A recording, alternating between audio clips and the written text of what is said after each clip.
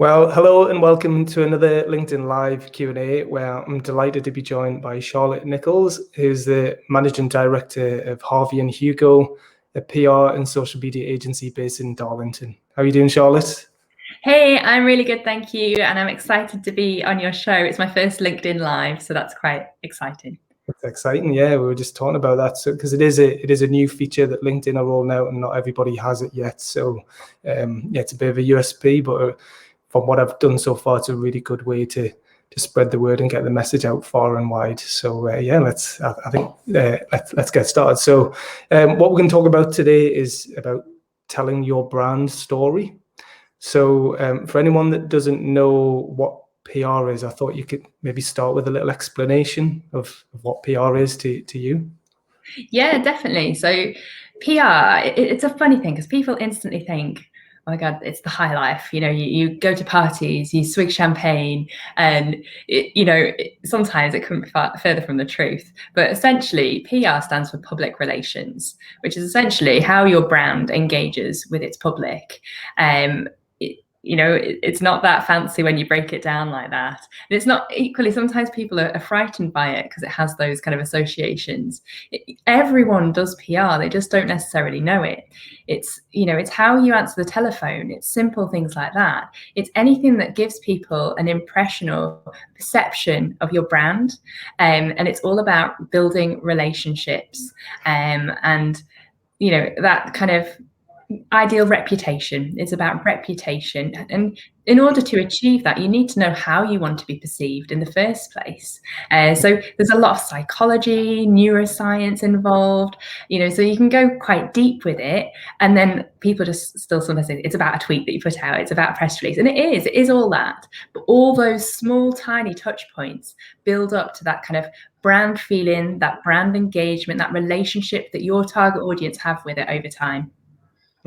Okay, well, that's an excellent definition there. So I think people get confused between PR and marketing. I know they're very closely linked, obviously, and you talked a bit there about you do digital marketing, social media as part of the services that you provide, the PR services. So are the two kind of merging into one, would you say, or can you do one and not the other, or do you know what I mean? What PR and marketing, are they just one and the same?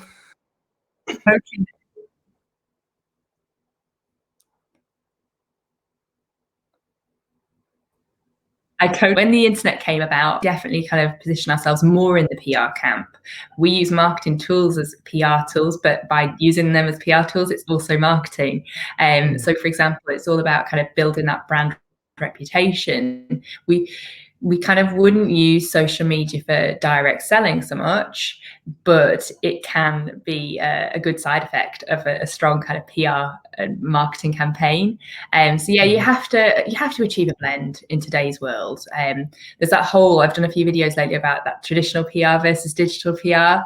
And you have to kind of achieve both, a good balance. So yeah, there's a very foggy answer but it is a very foggy situation.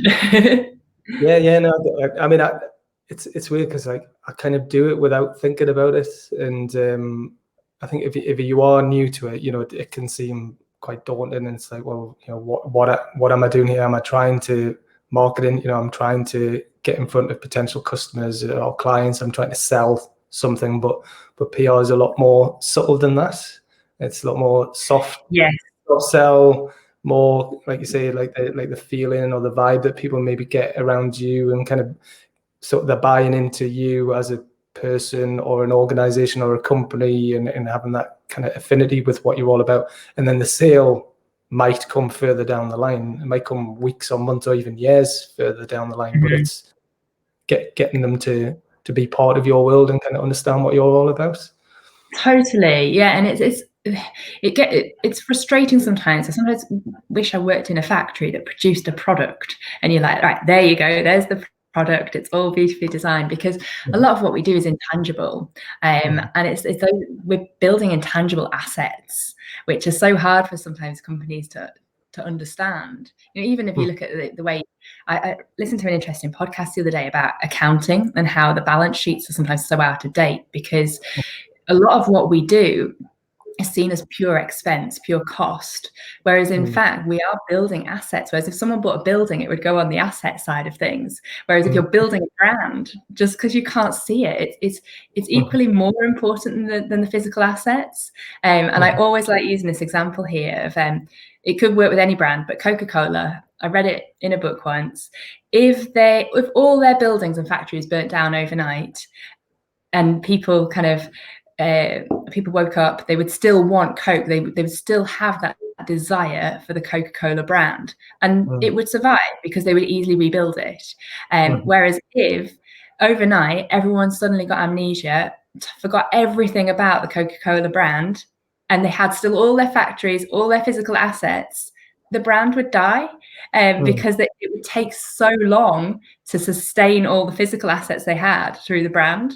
So I love that powerful example of, yes, although you can't see it, touch it, it's almost like this magical, mystical force that we create. There's a fancy way of saying what we do, but it's still so important. It's the foundation of everything.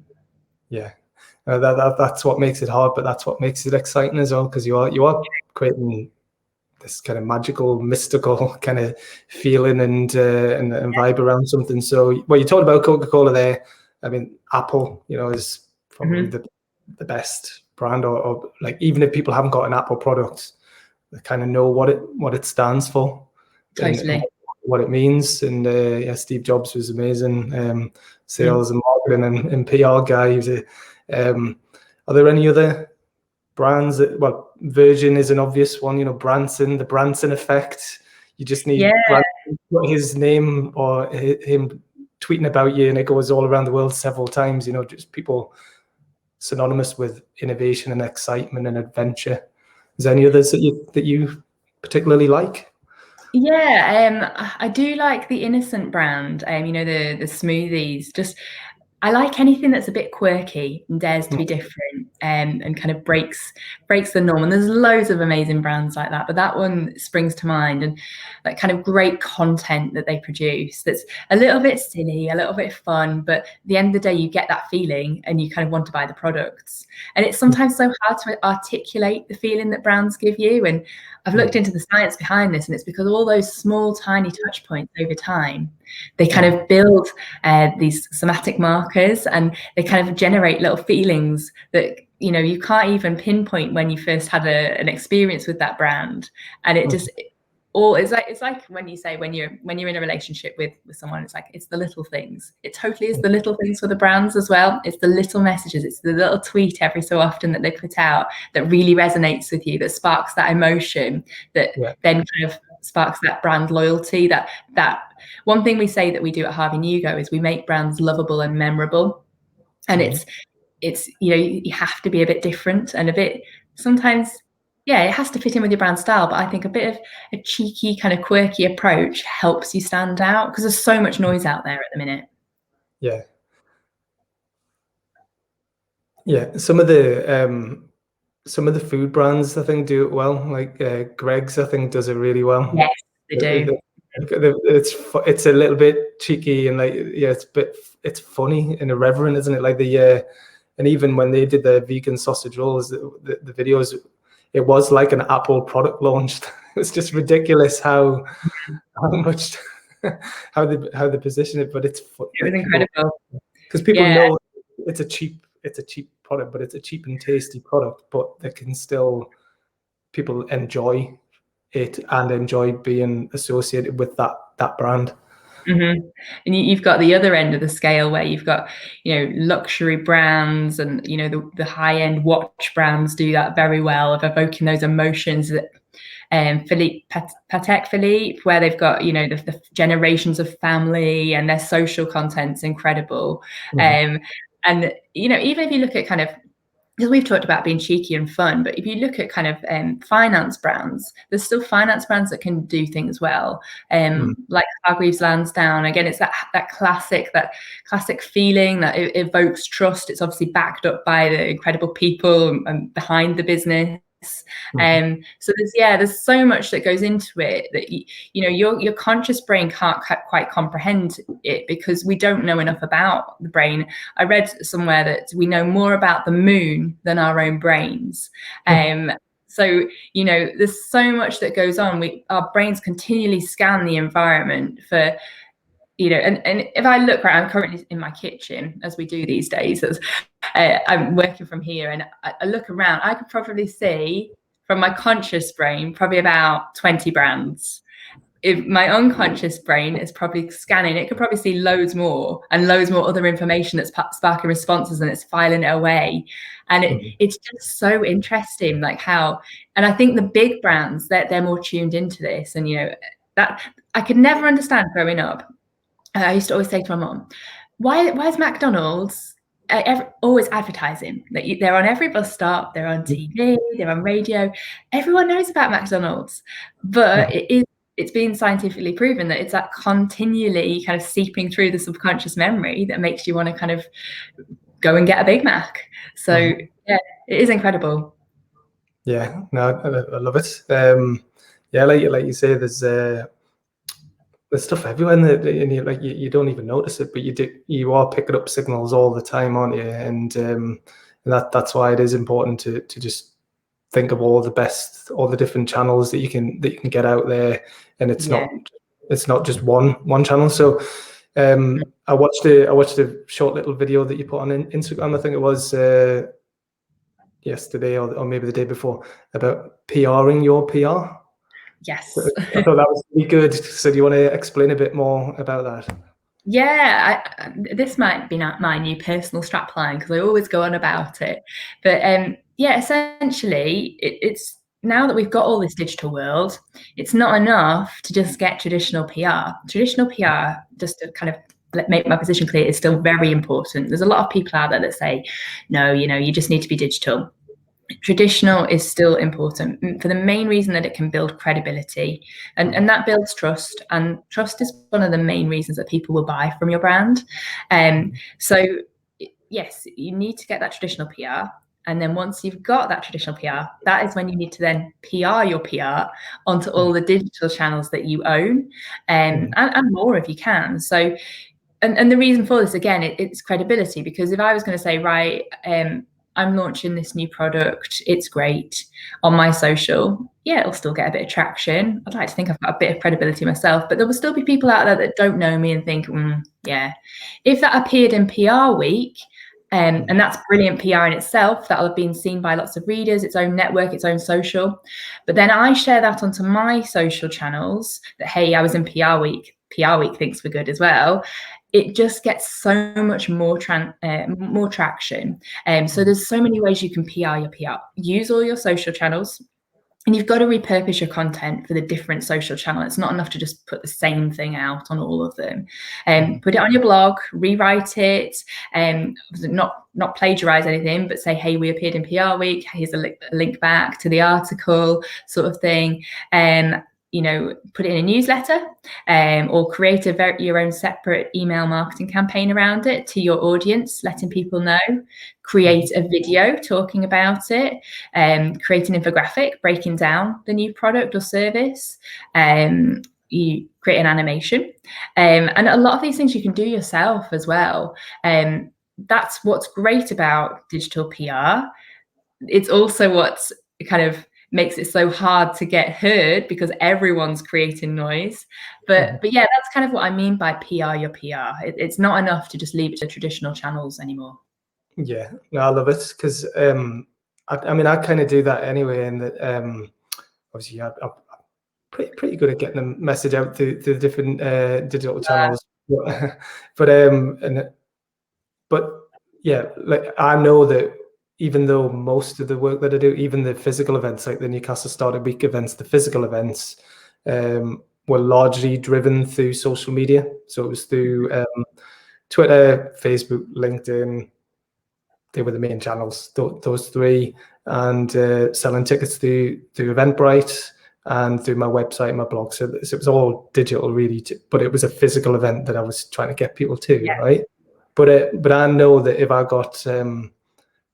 got a piece an article in a publication, a physical printed publication, that gives credibility to and trust to certain people, particularly sponsors. If I'm trying to speak to a sponsor and get their buy-in, if I can go to them with a magazine and I can show them, or they pick it up if it's a magazine that is a business publication that's well read and the whole of the region gets to see.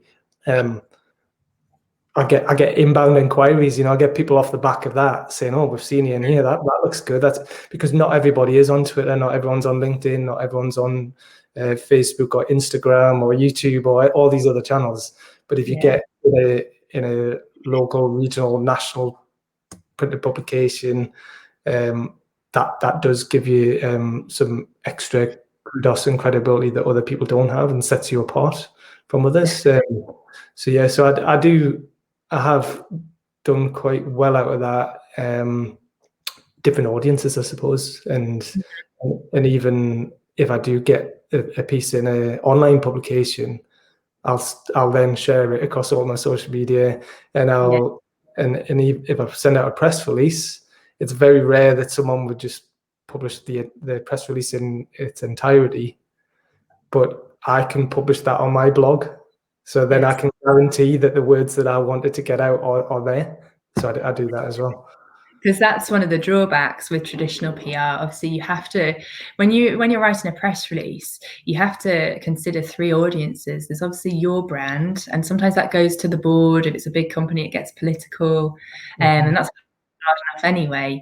There's the journalist that you have to please in the first place to use the story, and then the journalist, if you think about it again, the journalist has to please his boss, and then the journalist has to also please the reader, otherwise they're not going to satisfy, or they're not going to have anyone reading it. So there's three key audiences there before you start, which I think can put people off, or sometimes people don't understand that.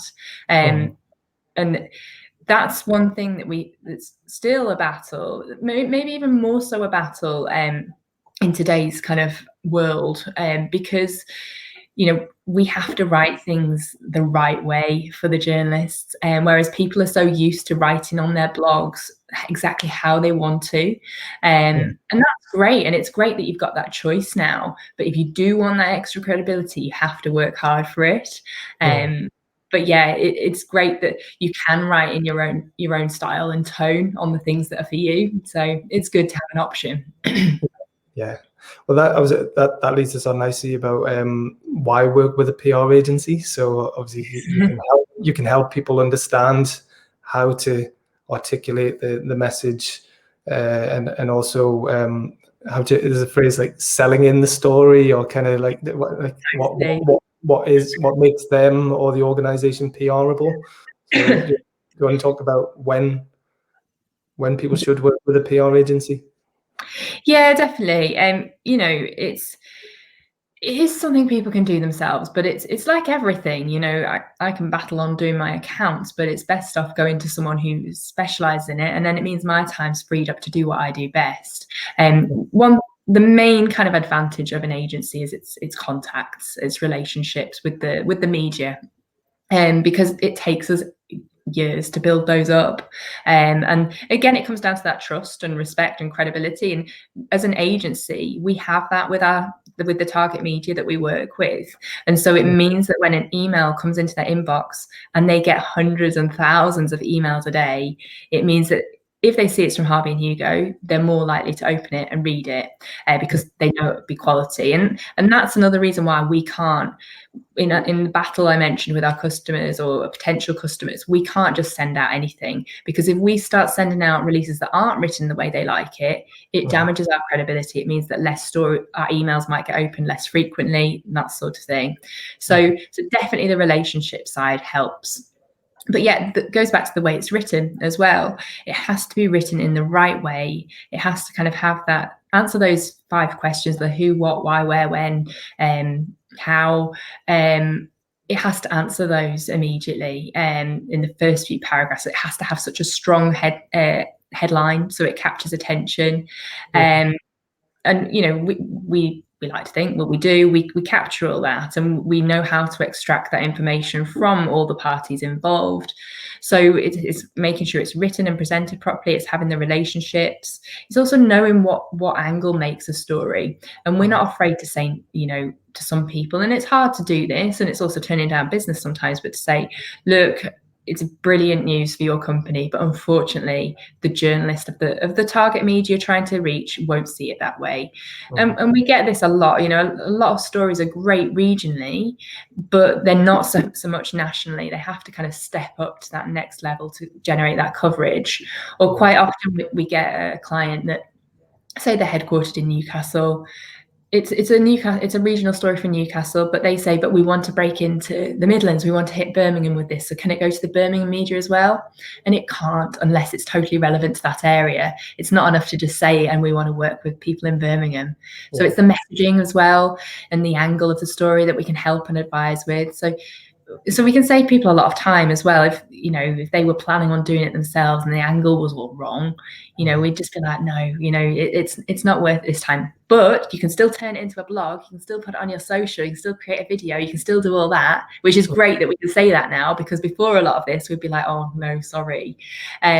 So yeah, those three things, and then it's the consistency and the persistency of the follow-ups, and as you mentioned, the sell-in as well. We because we've got the right contact, we'll pick up the phone, we'll pitch it to them, we'll let them know the story is going to come across. So again, it increases the chances of it being used, of it being picked up. But then it's afterwards, and especially at the minute, because it's very hard to get hold of a lot of the journalists because they're all working from home. It's easier for them to ignore that phone, get their head down and just write. So yeah, it's kind of not being afraid to keep saying, but you know, you've got this story, it is brilliant, you do need to use it. And I think, again, when people are doing their own PR, they sometimes miss those steps out because they are quite difficult conversations. Sometimes you're interrupting a busy person, and no one likes to do that, but at the end of the day, it does generate results. And then as an agency, we've got the added reach from our social channels, our network that we share all our clients' stories on as well. So we take a lot of the time out of it, a lot of the hassle, and add our expertise and generate better results. Yeah, no, totally. I get it. I think that sort of step removed as well, you know, that being kind of impartial. So it's like, you're not going to be offended if you speak to a journalist and they say, well, no, I'm not really interested in that. That's not a good story. And whereas if you are the business owner, or you know, you're in love with your product or your service, you might get upset by that. And totally. So you're saving them that potential heartache I know.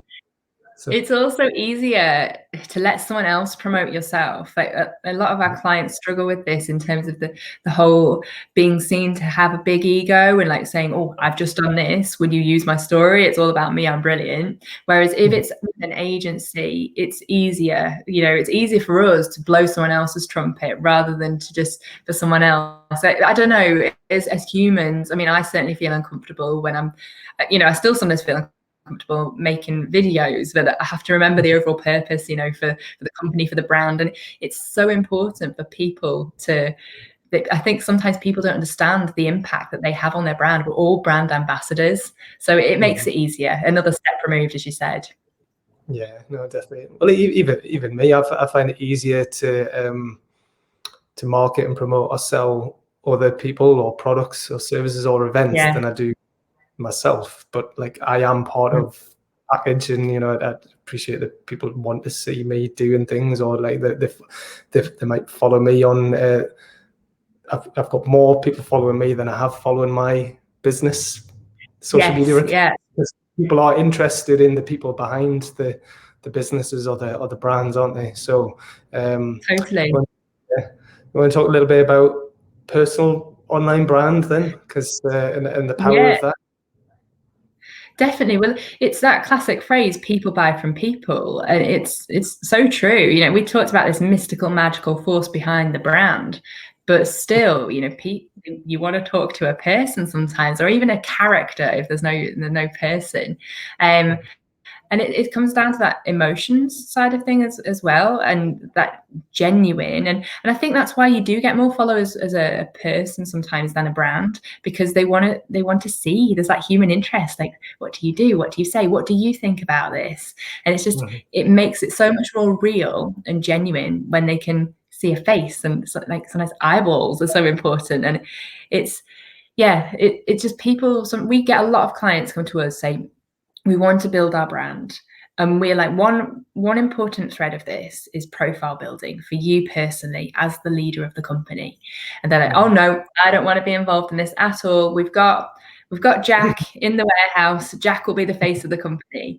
And poor Jack, he probably doesn't even want to be the face of the company. For all he'd be brilliant, people want to speak to the leaders. They want to know they want to know who started this, why they started it, how they did it. And that all matters. And that comes down to that story again. The stories are so much more important for the brand when they involve real people. And that persona that you talked about Virgin before, and obviously Richard Branson's synonymous with that. There's a lot of brands where you need to know a strong leader. It doesn't always have to be the top guy or top woman, but it has to be someone influential within the business. Yeah. I mean, I'm thinking of like now probably someone like Elon Musk. Totally. Tesla, SpaceX, Solar City, anything that he gets involved in, people get excited just because it's Elon Musk. Because he's such a fascinating guy with mega success under his belt and just keeps on innovating and driving forward. So literally. And it's about character as well, and that kind of being not afraid to be different and be bold and stand by your beliefs. And again, in another podcast I listened to, it was talking about how that Tesla, they haven't even really sold that much considering their share value, but it's about him as a person. He is the brand that you're buying into, and he stands up for what he really believes. Whereas if there was a weaker spokesperson, and there will be out there, but we're not talking about them because we don't know about them, they won't be doing that well. No. Like I couldn't tell you who the head people are for other car brands. I don't know who they are. I mean, maybe if you're a real car nut, you would know, but I don't know who heads up all the other major car companies in the world. But I know Elon Musk, and I know what like as soon as you mention Elon Musk, he conjures up images of like the type of person he is, and you might think, oh well, I want a Tesla because I want to be like him, or his sort of values kind of align with mine. So the feeling that you get for being a Tesla car owner make you feel just like any brand. That's why people buy it. It's like a signal to themselves or to others that this is who I am, and this is what I believe in. Totally. Yeah. And it's easier to do that by having a strong figurehead of a company, rather than, it's still possible because it works for all those other brands that don't have strong kind of leaders in them. Strong leader is the wrong word, because they will be strong leaders, but powerful PR symbols. But because we can resonate with the person a lot more than the logo, so to speak. Yeah. Is there anyone like who do you really admire as a personal brand, like big name? Can you think of any? Goodness, anyone you follow on social media that you think's doing it really well?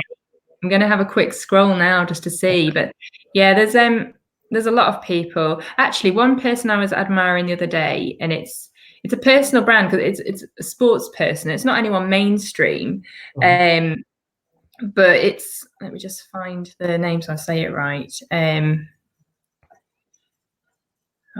This is going to be a rubbish conversation. I can't remember her name, but essentially she's a triathlete, but she used to be a lawyer. She's got kind of 3 kids, and she just seems to like do it all. Like she'll pop out a baby, so to speak, and then be back on her bike. Like, and it's just so people like that kind of, I aspire to, not saying that I want to be a triathlete all of a sudden or have 3 children, but it's just kind of like, oh, she has it all, she can make it work. And I'm sure it's hard and she makes the sacrifices. But again, that resonates to my personal situation.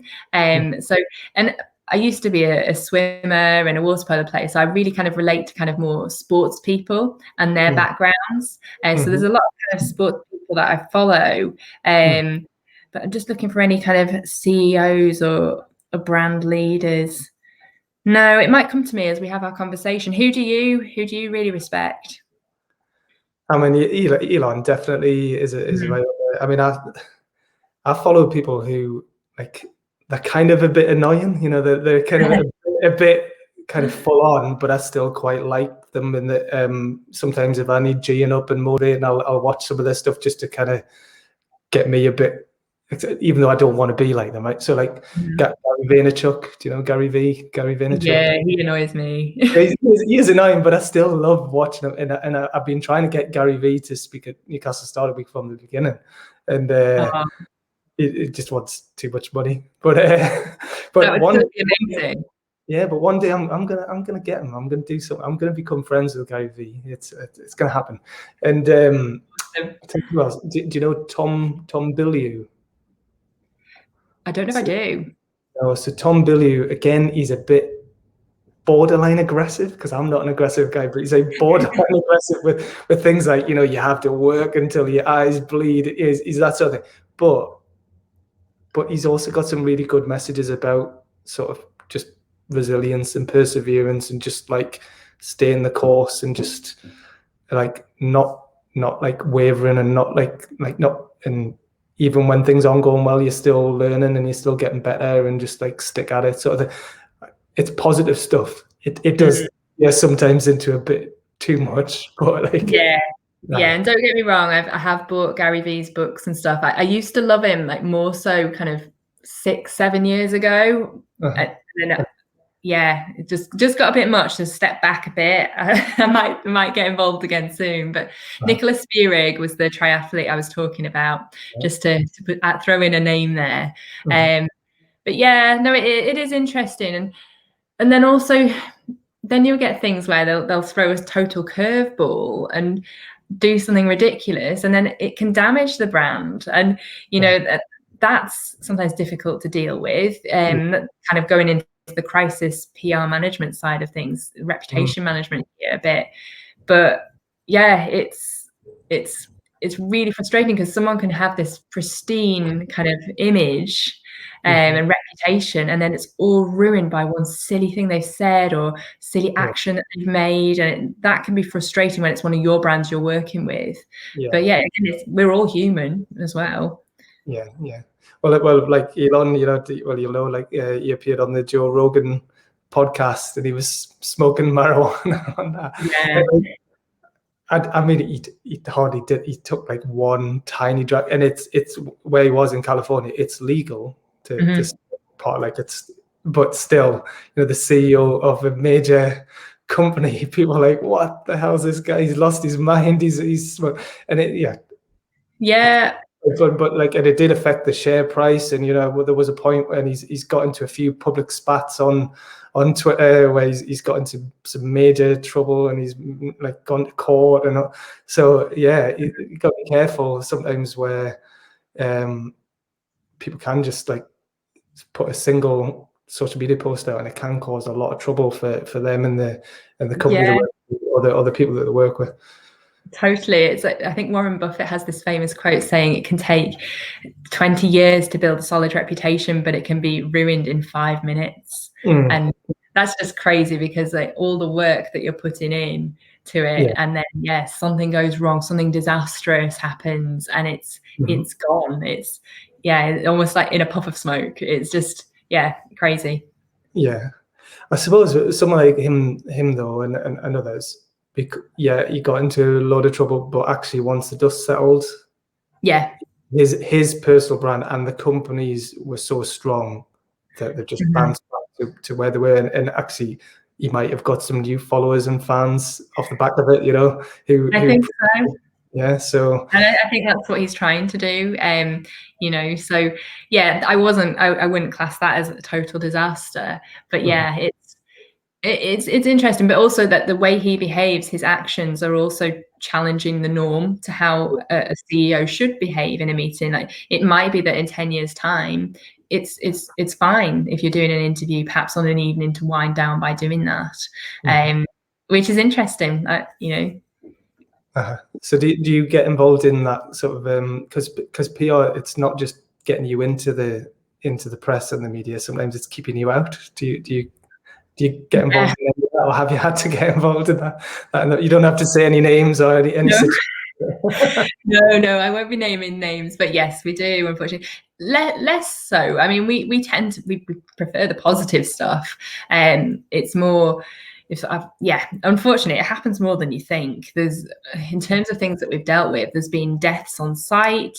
There's been, some of them I don't even want to go into them because it's disgusting. But yeah, just things that you just think, really, and then right down to kind of relatively minor things. You know, no one died, but perhaps there's been a rat in the kitchen, sort of thing. That was years and years ago, but which is obviously still terrible. And it's, you need to really like address it. What's the worst thing that can happen is that businesses or business owners just hide and they say no comment, because that's just even worse.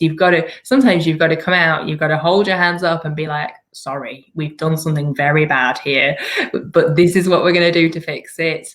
And then it's a case, you know, there's that saying that today's news is tomorrow's chip paper or something like that. And over time, you know, it depends on the seriousness of the situation, but over time, by sending out the right positive messages, fixing things first, sending out positive messages, it can resolve the situation. But sometimes it can't. You know, it can be so damaging. It's frustrating, but equally it's a challenge as a PR to kind of to rebuild that brand, change perceptions, and it's always difficult for us to report on that side of thing. You know, even if a company hasn't ever got themselves in trouble, but their reputation perhaps has always been a boring, safe brand, and they want to change that. Again, as that Warren Buffett quote said, it can take 20 years to build a reputation, like a really strong reputation. I actually read something that said it can take 3 years. It kind of reduced it to about 3 years for a brand starting from scratch to start to build a solid reputation with its customer base. But it's like we constantly in our reporting, yes, we can report on press releases, we can report on coverage, we can report on social followers, we can report on video views, but we can't report, and I wish we can, and maybe we'll be able to in the future. I wish it was like some sort of little panel inside of someone's head and had a perception gauge. And it was like, say we had to change something from boring to really creative. And you could see that the gauge was slowly starting. So we took a screen grab of that in someone's head and said, look, this is the work we've done this year. You can see that the gauge has moved slightly. They're perceiving you more credible or more creative. But yeah, unfortunately, we can't do that. Do you ever do anything around is it net promoter scores? Do you know much about that, or do you get working on that? Because I didn't really appreciate how good they are as an indication of the strength of your brand, and it's basically, well, you could explain better than me, but it's a score, an indication of how likely people are to recommend you to other people. Definitely. I mean, we don't do it for ourselves. We for some of the bigger brands that we work with, they're very much in tune with that. And again, it's a factor of PRing your PR here, because yes, you get your net promoter score, but then it's about telling people what your net promoter score is itself. And yeah, it matters. You know, again, it comes down to people are so busy these days that if there's something that they can automatically see, you know, how good you are, rather than absorbing all the PR, it just makes it easier for them. So yeah, I think it's something that's going to continually grow. I do still sometimes question, you know, how this information is gathered, and are people totally genuine when they fill it out? Anything that's measuring things, you know, if you look at the basics of TripAdvisor, you still get that kind of competitive gaming strategy where people are doing their own reviews, or competitors are leaving bad reviews and things like that. So there's a pinch of salt with these things. Yeah, dude. So I suppose a good example of that, like Trustpilot. You can use Trustpilot to get reviews. So I first came across that when I worked for Sage, and a lot of sort of tech digital products use Trustpilot. But I've got some Trustpilot reviews for Newcastle Startup Week as well, and there's only 20. I think there's only 21 reviews, but they're all 5-star. I think there's one which is a 4-star, and it's only because one speaker that they wanted to see, they missed them, so they've given me a 4-star instead of 5. But everyone else, it's 5-star reviews, like great reviews, and that's just nice because I can link off to that. I can use that in my social media, but also I can embed a little widget on the NewcastleStartupWeek.com homepage, which shows that. And as new reviews come in, that number will increase, and people can click through and see it. So it's so I think that is a useful tool. It's free. There is a free version which I've got, or there's a paid for version. But the downside of that is, people can leave really negative reviews. And I was speaking to someone recently where they've had a couple of disgruntled customers who they've kind of gathered a group around them of people who are being quite malicious and quite nasty now, and a lot of them are suspicious reviews that I don't actually think they're real reviews that are going on places like Trustpilot or Google reviews, and putting like really negative, scathing reviews just to like get back at them. So that's very difficult to manage and respond to that, and it can take up a disproportionate amount of your time. Definitely. So, and it could almost be the new kind of cyber attacks as well. First it was like physical things, and then now you see that they're already doing things with banks and data. But brand damage could be perhaps something that in the future, with all these like scores and social media accounts, you've seen it where people get their accounts hijacked and they kind of end up wiping them. And with Twitter, it was one of our newer accounts, but it just suddenly vanished, one of our accounts end of last year. And I was thinking, goodness, like it was probably about a year's work that had gone into it. But I was thinking, imagine if it was the main account that got suddenly taken down, removed, or someone, a group of people decided to kind of join forces together and keep complaining about it just to get it taken down. The work and the years of kind of brand building that go into that, the followers, the contacts, it can be so damaging. So yes, it's all brilliant, these digital platforms, but I always think as well, it's quite a fragile world on there. Yeah. Well, you've seen Trump, his Twitter account suspended eventually, but that was his main communication channel, and how much power and influence he had over certain people in the world. Really, everyone, like journalists everywhere, were hanging on his every word, and just a single tweet could really like send shockwaves around America and around the world. So yeah, it's but at a lower scale, a smaller scale, obviously. Yeah, I've thought this as well. Like over the last so many years, well, 10 years I've been on Twitter. It's all organic. I've never paid for followers or anything like that. It's all built, and I have got a decent number of followers now. But if I woke up tomorrow and they were all gone and I had zero and I had to start again, well, yes, I'd be a bit upset by that. But I'm still me, and everything that I've done, and I would be able to build it back up again. And I would do something else. And I've got all the contacts offline and all the experience offline, and I've got all the photos and all the assets and all the experience that. But yeah, if you're only relying on certain digital channels, then that's a very vulnerable place, I think.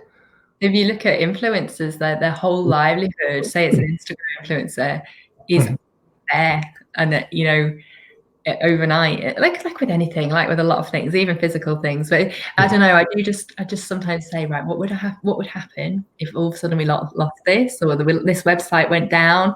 And if I think about PR, when I started in PR, because I'm not that old, but it was before social media, and I was speaking to some of the other people in the company. They're like, well, before the internet, before emails, we'd have to write them out, pop it in these big brown envelopes, go on a run around all the journalists, send or post it out or go and pitch it in person. And it's just interesting, you know, how now it's so immediate. You know, you have to just tweet it. You have to send out some news in however many characters, because it has to be there immediately, rather than a carefully construed press release, which now is secondary to sometimes some of the social media announcements.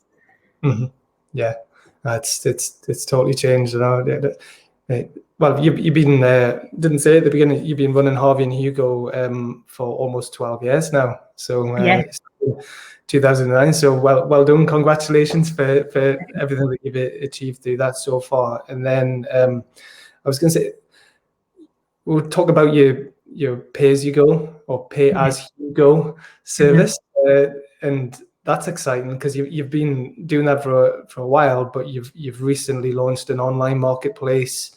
So it's almost like an e-commerce store where people can mix and match and choose what you call snack size elements of PR and marketing services. So do you want to explain how that all works? Yeah, so it was our USP when we launched in 2009. Let's say when me, Harvey and Hugo, the two little border terriers that the company's named after, and it was a recession back then. Certainly an economic downturn like we're in at the minute, and it just really worked well. Harvey and Hugo also offers monthly services, which do work better if you are looking to build a brand. But for a lot of businesses, it's not possible to commit to a monthly retainer. They might not even have, especially PR-wise, they might not have enough quality stories each month. So this is where Pay as You Go came in. It was very different at the time. Now a lot of people offer that service, but again, because we like to kind of lead in the market, which has its own challenges, we've kind of thought, well, what's next for this? Obviously, e-commerce for products has absolutely boomed during the pandemic. And I see services kind of following that suit. And so we've developed, as you said, we've broken all of our PR and marketing services up based on customer feedback through the years. So for example, we had like press release packages before where you kind of had it written, you had it approved, you had it distributed, you had follow-ups, reporting all included. We've broken that down. So if someone has a release already written, as long as to a good quality, it can then be just distributed only, and they might not want any reporting, but they can add that on if they do want it. And equally, if they still want the old package, they can have that as well. So it's like a PR and marketing shop or marketplace where you buy these PR and marketing snacks, and they sustain you over a short period of time. And they're perfect for startups. I know when I started up, and still now to a certain extent, you can't always commit to things monthly. You don't know what the future has in store. And that's another thing with the pandemic.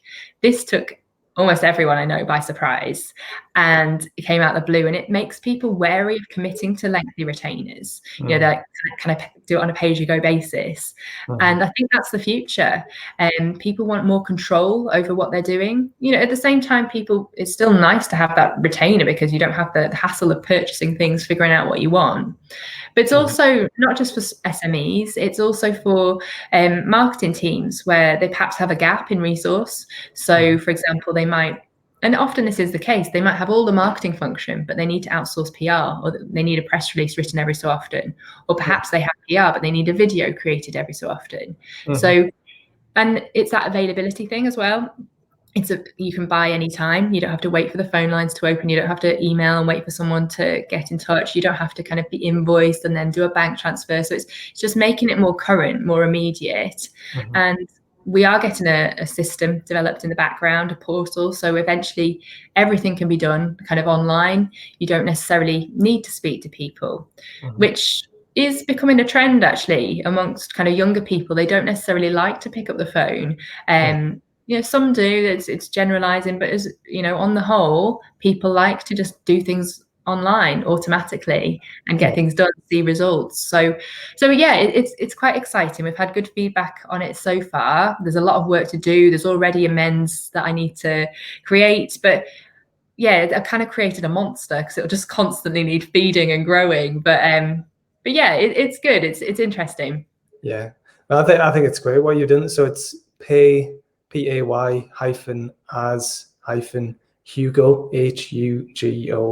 HUGO.com. So payashugo.com. And so the way it works, people register for a free account first. So it's just quick and easy to set up a free account. And then once they're in there, then they can see all the different packages, all the snack size packages, and put them in the cart, in the shopping cart. And you do have you've got everything that you could want in there. But it starts from as little as £30, I think, for like checking press releases for typos and grammatical errors and things like that. Because I know a few people who, yes, they can write things, but maybe they've got dyslexia, or they're not confident in what it reads like. So you can review it and make sure it's done properly, and then and like you say, then that maybe is all they need for this one time. But I think that definitely that ability, that self-serve. So that when I worked for, like say, Sage as well, that a big selling point initially, has always been for Sage, is the customer service, the help desk. So if you've got any problems, you can ring up and it'll get fixed, and that's great. But at certain times of the year, it's really busy, and people are on the waiting in queues for hours to get through. When they get through, the problem is solved, and it's great, but that's frustrating.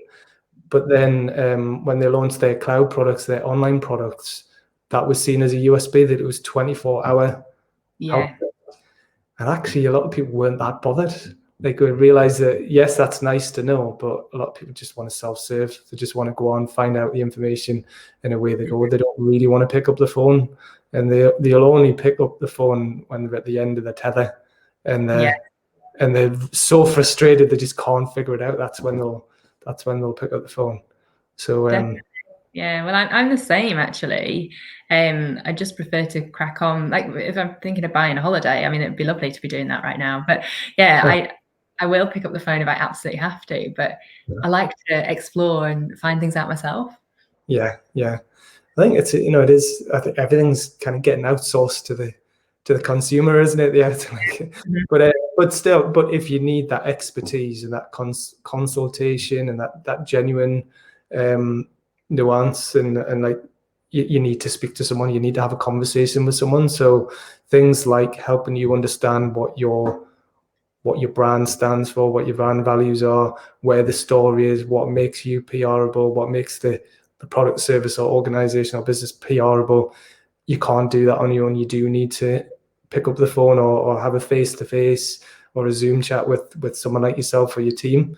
So yeah, it's not, you can't replace that. You'll never replace that with the online. So yeah, I mean, I'll try. I'll give it a try in the future. But yeah, that's why we kind of, the pay-as-you-go is often a nice feeder to Harvey and Hugo, because that is where the more deeper thinking comes in. And yeah, there's talk about computers replacing a lot of the jobs that we do now, but it does involve that thinking, that creativity, and that kind of other kind of understanding human element. So hopefully the computers aren't after our jobs just yet. Yeah. Well, on that, and it relates to personal brand as well. Have you seen all this stuff about? Have you heard of Deepfakes? Do you know what they are? Yeah. Did you see the Tom Cruise videos? Yes.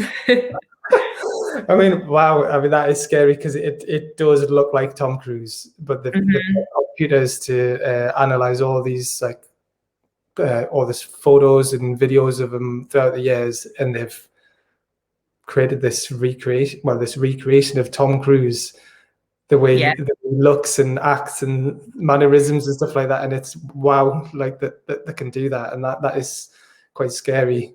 Totally. And it comes back to that whole, the whole fake news thing with your own digital PR. It could almost spark a resurgence, that sort of activity, in the traditional printed media, and getting stories printed again because that they're genuine. If there's videos, and there's been, I'm sure that there's been politicians where they've been deep faked and they've kind of apparently said something and it's captured on film. Imagine if all that starts flying about and online, and you don't know what's what, you do, and how do, especially when they're lesser known people, because say it was me, like someone just did it and shared something out on social media, the mainstream media aren't going to get hold of it, but all my kind of contacts, if I said something reputationally damaging, they're just going to think it is me. It is worrying, it's concerning, but what can we do? We just got to kind of work at the minute and try not to upset anyone in terms of that, or the criminal gangs that are creating them, or just these masterminds in their bedroom. But yeah, that could cause a resurgence in the traditional PR. Yeah, I think it will, because there's no shortage of content, but I think what we need is better curation, and I think that's what trusted publications with journalistic integrity, and that's how they can help, because you're not going to get into this printed publication unless you are of a certain quality and a certain standard. This journalist isn't going to write about you unless they've done their due diligence and they've really gone deep into the story. So I think, yeah, you're right. I think definitely traditional PR is going to become more important. It already is important, but it's going to become more important for. But it's whether or not it can survive, because it's struggling to monetize its services, and also what really annoys me at the minute is that battle between clickbait and quality journalism. And I get it, and you see some of the media now, they're going down that clickbait route sometimes because they need to get eyeballs on their screen so that they can justify ad costs, get more ads in. And I've got massive respect for the journalists and the media out there that have retained that integrity, knowing they'll get less hits, but it's quality journalism that they're producing. Because if you put a cat video on, they know that they'll get more people come into their site. It's really interesting times. I think I haven't been following it too closely, but in Australia, aren't they they're blocking Google from pulling through news articles, and they're saying that they have to start paying the publications, which when I first heard about it, I thought, it's Rupert Murdoch just trying to, but actually they've got a valid point there, that if Google is selling ads and they're benefiting from having this great content there, but the publications are not making any money, then that's not fair. So there should be some payment or some sort of some benefit. It's And same with Facebook. And it's nice to see them starting to fight back, because they've got to realize that they do hold a lot of power with the content that they produce. And I think Google have agreed to start paying for it, and Facebook now. I think so, from what I last heard. But interesting. I think it's important that they do that.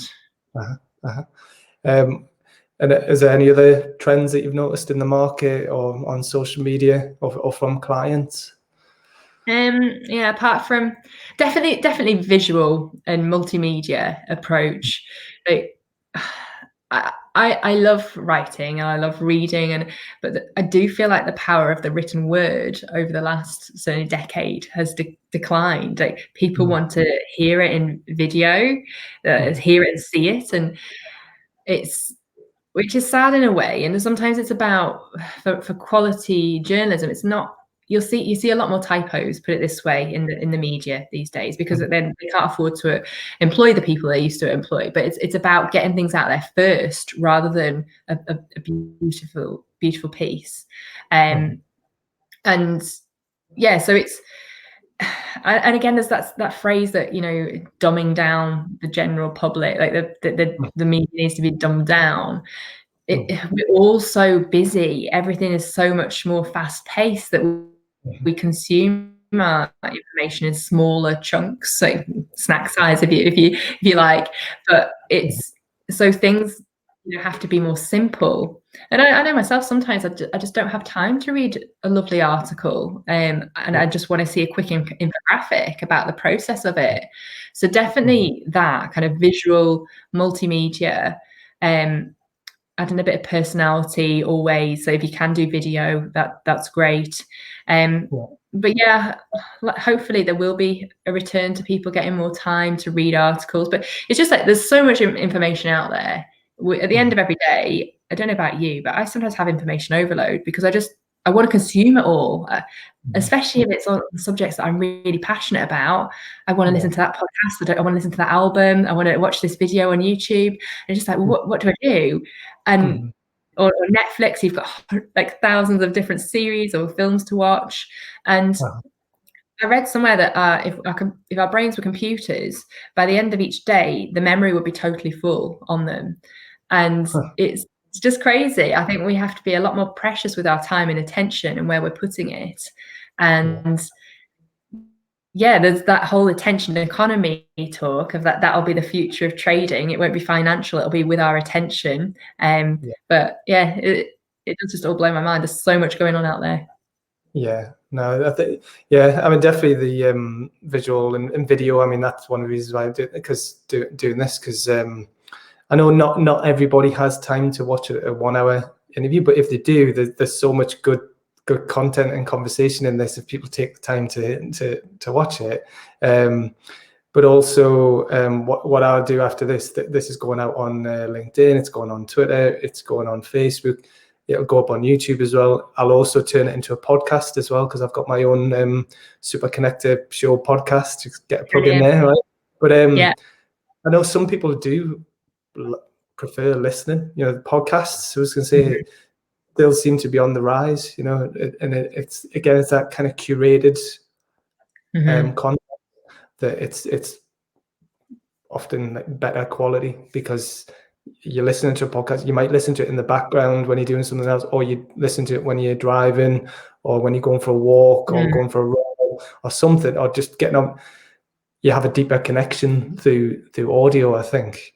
I agree, and it's less brain processing as well. So I tend to prefer podcasts on an evening when my brain's tired and I'm sick of looking at a screen all day. But also, we love to multitask at the minute, and nothing satisfies me more than when I'm either walking, so getting my exercise in, but learning at the same time. And that's the perfect way to do it. You know, podcast and moving. It's but people consume different types of media at different times of day as well. So it literally can be a full-time job, as you know, repurposing all your media, making sure it's on all your social channels. It then goes out to all the other forums and places you need to share. And then don't worry, I will then also share everything as well that you share. Good. You've been doing a great job of sharing it already, and I've been sharing it, and we'll just keep sharing it and making sure that, I think it's not just sharing it, it's about what I try to do is think who needs to hear this or who needs to see this. So that takes time and thought and effort to do that. But I think we will reach all the right people, and but yeah, there'll be a podcast from this as well off the back of it. But talking about audio, we'll just quickly talk about Clubhouse, because I know this is like the new kid on the block, and you've just joined with Clubhouse, but what are you hearing many people talking about Clubhouse, or is it just something on the kind of corner of your eye? We are hearing more and more, like not loads, and this is one thing that people sometimes get carried away with, like with Snapchat when that launched, TikTok. Think, oh my God, there's a new social channel, I need to be on it. Firstly, is your target audience on it? Because that's the main thing to consider. But yeah, thank you for the invite. I had actually declined an invite for Clubhouse in the past because I don't have an iPhone, and I know we've mentioned Apple. Apple, I think, is great.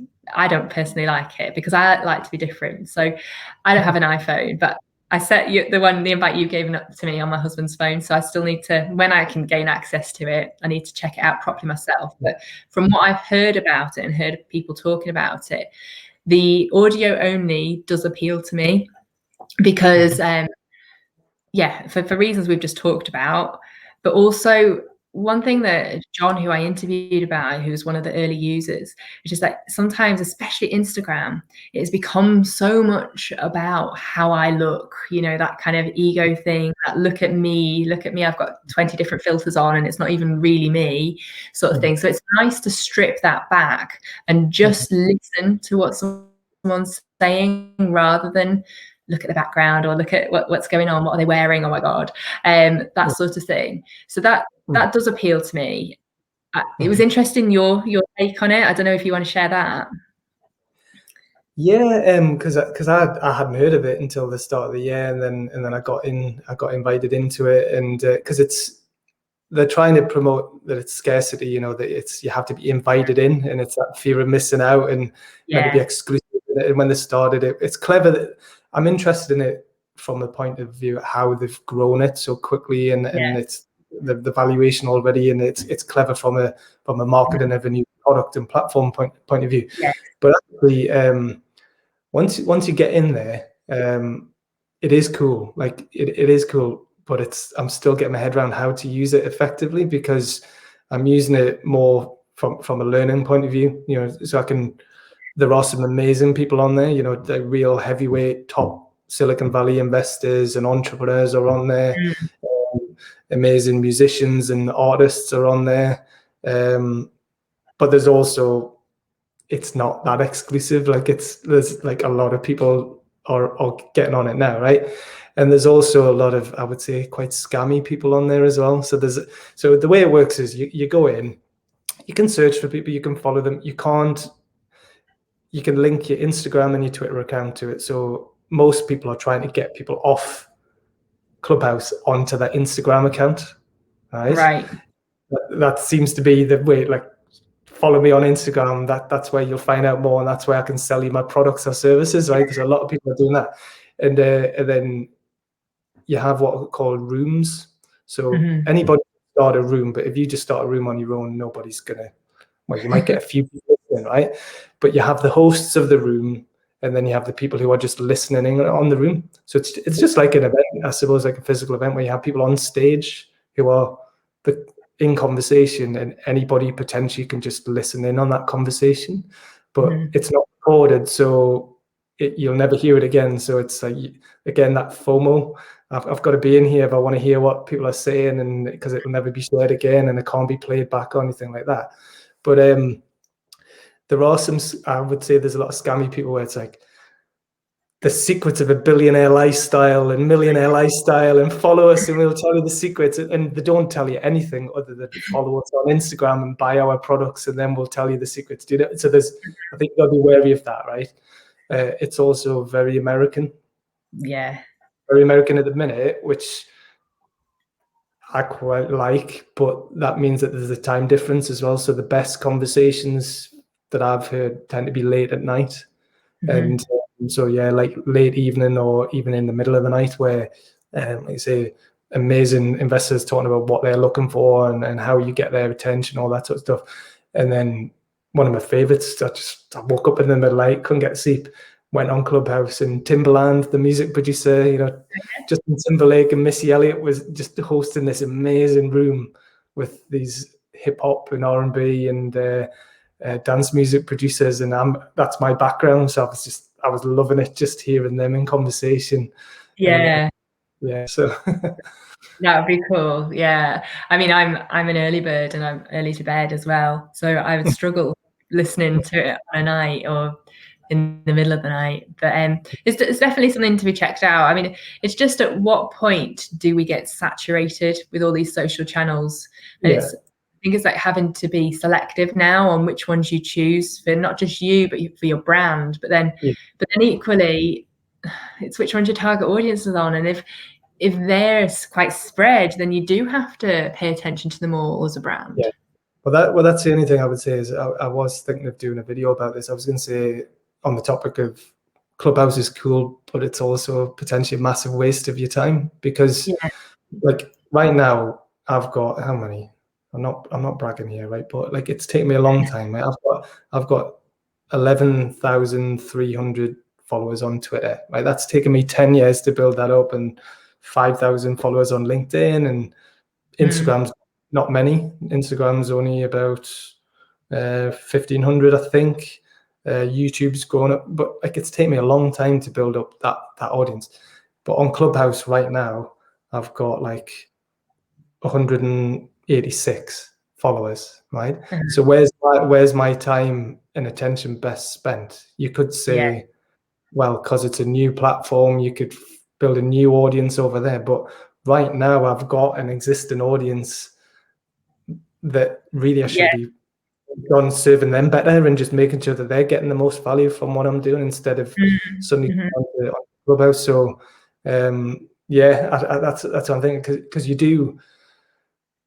I think you can waste a lot of time. You might be listening in on something for an hour and only have like 2 minutes of value. Yeah. That's one thing that I've got into recently is an app called Blinkist. I don't know if you've heard of it. It condenses books into kind of, especially if you listen to them on fast settings, into like 5 minutes of the basic summaries of what you need to know about them. I love it because it means you can get the knowledge quickly. Obviously, if you want to still read a book for the process of reading it, and that's something that's very lovely to do. But when you just need to read a book to learn from it, I love Blinkist for that. And it's also started doing shortcasts, which are shortened versions of podcasts, again, and just taking the summaries from it. I think that's something that's going to grow. That, and I know we've kind of used that snack size content for Pay As You Go, but it is that kind of bite size, if you will, that very kind of condensed summaries, because people want to learn as much as they can in shorter periods of time. I think that's going to be important. But one thing that we embrace TikTok a little bit. But I love the fact that, yes, we're going to take that, have a look at that, but we can still share what we're doing on all of our other social channels. I suppose Clubhouse doesn't let you do that, with it having exclusivity, which could end up, the detriment to it. Yeah. Well, I noticed the other day Twitter just started rolling out their own version of Clubhouse.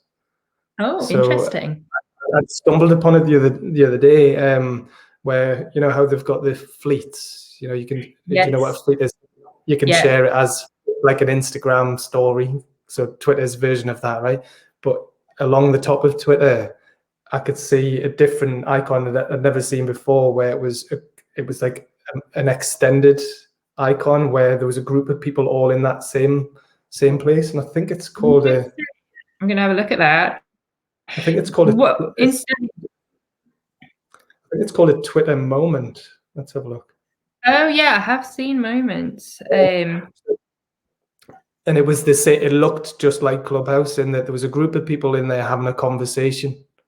So if they do this, they do the same thing as Clubhouse. Again, it's like, well, I've got nearly 12,000 followers on Twitter and I've got 186 Clubhouse. Should I not just focus on doing the Twitter version of Clubhouse? Do you know what I mean? So oh, totally. And yeah, I guess that's what any new social network has to fight against. But they seem to be doing a pretty good job if they've got, and they'll no doubt be paying a lot of these high profile people to be on there. But incidentally, what do you think about fleets on Twitter? How's it going for you? I don't really know what to do. I mean, I'm not using them particularly well because I'm usually just sharing. I'm posting on Twitter and then I'm sharing that tweet as a fleet. Interesting to see who sees it, because yes, being able to see who's viewing it, but like I'm not really doing anything with that. And then same with Instagram. It's interesting how many people are just like, they're just lurking and they're just snooping on the same way you do. They're not engaging with you on your main grid. Yeah. So with Insta makes more sense for me to have that story feature. And obviously, that was the first one to pilot it, to invent it. But for me, I've been doing a few fleets, but because a tweet is so short anyway, I think, what I would fleet would probably be a tweet. Whereas on Instagram, it's like more special things or longer form video for the grid. Whereas it's just really quick to just do it. So for me, a tweet is too close to a fleet. That's the conclusion I'm generating in my mind. Well, they're all copying off each other that's the thing. Like if one rolls out one feature, the other ones are like, oh well, we have to have our version of that. And but yeah, I haven't really mastered Instagram stories either. Like I don't really like. I'm some people do it really well, and I'm not. Like I just I need to think of a better way of doing it. But it is. I'll tell you something I have started doing at the end of the last year, which sounds really obvious, but maybe it's not. I'm good at getting engagement. I'm good at getting awareness. I'm good at getting people to see what I'm doing and hear about what I'm doing, right? But at the end of last year, I realized I was probably being a bit too passive. I was just assuming people knew what I was doing. Yeah. And then wondering why they weren't then following up. And like, even though people were liking stuff or commenting on stuff, or I could see that they were looking at it, not like it wasn't going from just awareness and engagement to some sort of deeper action. And it's because people are so busy. People are just scrolling and they're not really like looking in any depth. So what I started doing was I was going back to everybody who'd engaged with my content, and I was sending them direct messages. And I was saying, oh, hey, such and such, I saw you liked this post. Did you know that? And I was starting a conversation about that content that they'd engaged with. And I kind of shocked myself how often people say, oh, I saw it, it looked cool, I just didn't have time to look at it properly. But yeah, I'm really interested. And then that converted into a sale or some business. And it's like, it's so obvious. Like I've been doing all this top of the funnel engagement stuff, but I haven't been following. I've been assuming people have just known what I was doing. And they always, so sometimes you need to spoon feed people, and it's not cold calling. It's still soft selling because they've already the fact that they've engaged with you suggests that they're interested. And you're just asking that question. Yeah. Following up kind of help. Yeah, we need to always get better at that. It's just, it's hours in the day, but you're absolutely right. There's obviously the content, which is king, people say, and there's the engagement, which is queen, and then some people argue that ladies rule the house, so it's engagement first, and then it is that kind of that action.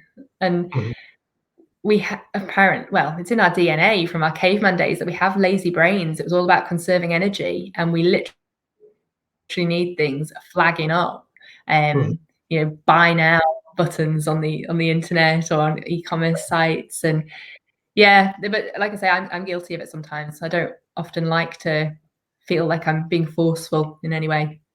Yeah, but it is worth doing, and it's like definitely I've been much better at that, and it's different levels. Sometimes it's just if someone will like the video, or a post about a video, I'll just say, oh, if you like that video, you might want to subscribe to the YouTube channel as well, because that's really light touch, light effort, like no.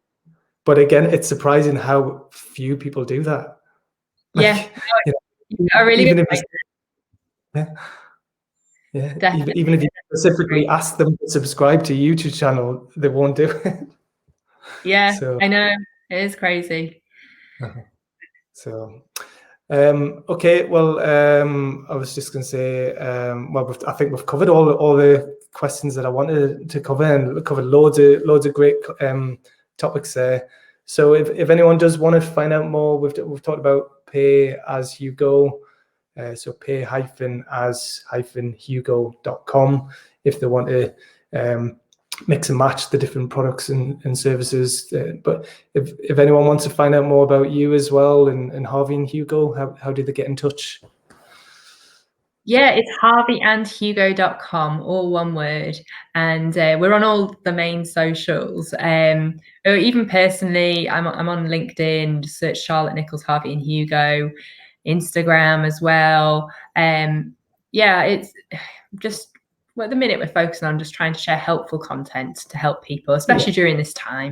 But obviously, if you following Paul's advice, if you do need any PR and marketing, social media, video services, then harveyandhugo.com has lots more information. Brilliant. Okay, and I'll post some links underneath the video as well, so people can make it again nice and easy for them to find. So thanks, Charlotte. Really enjoyed talking to you. Always enjoyed talking to you, and we'll leave it there. Have a great day. It's been brilliant. Thank you so much, Paul. Love talking to you. Take care.